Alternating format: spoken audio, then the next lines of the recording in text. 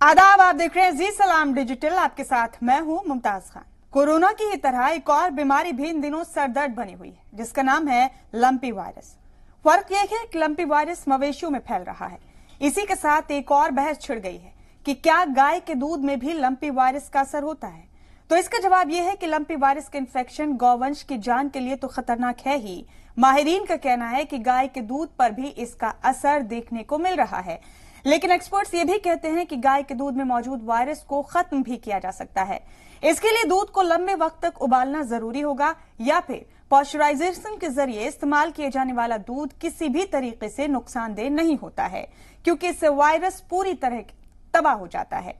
इंसान के लिए इसमें कोई भी नुकसानदेह अनासिर नहीं बचते हैं, लेकिन अगर ये दूध गाय का बच्चा इस्तेमाल करे तो ये उसके लिए नुकसानदेह हो सकता है। ऐसे में मवेशी के बच्चे को अलग कर देना चाहिए। माहिरीन के मुताबिक लंपी वायरस की वजह से गाय की डेथ रेट कम यानी 1 से 2% है, लेकिन इसका सीधा असर दूध के प्रोडक्शन और मवेशी के गर्भाशय पर भी पड़ता है, जो गाय की प्रेगनेंसी को टर्मिनेट भी कर देता है। एक्सपर्ट्स के मुताबिक बीमारी से दूध और इसके प्रोडक्शन में असर होता है, जो 50% तक कम हो जाता है।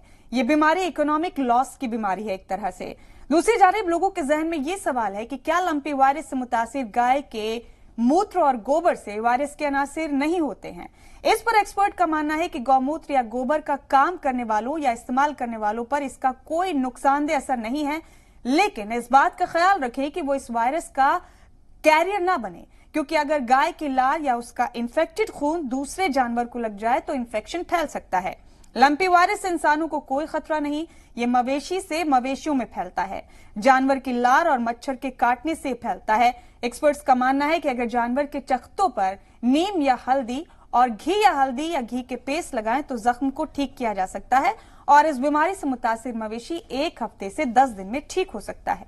लेकिन इससे निजात पाने का सबसे अहम तरीका वैक्सीनेशन है, जिसके जरिए इसके इन्फेक्शन को तेजी से रोका जा सकता है। एक्सपर्ट्स मानते हैं कि इन्फेक्शन को रोकने का सबसे कारगर तरीका इन्फेक्टेड जानवर को दीगर जानवरों से अलग करना हो सकता है।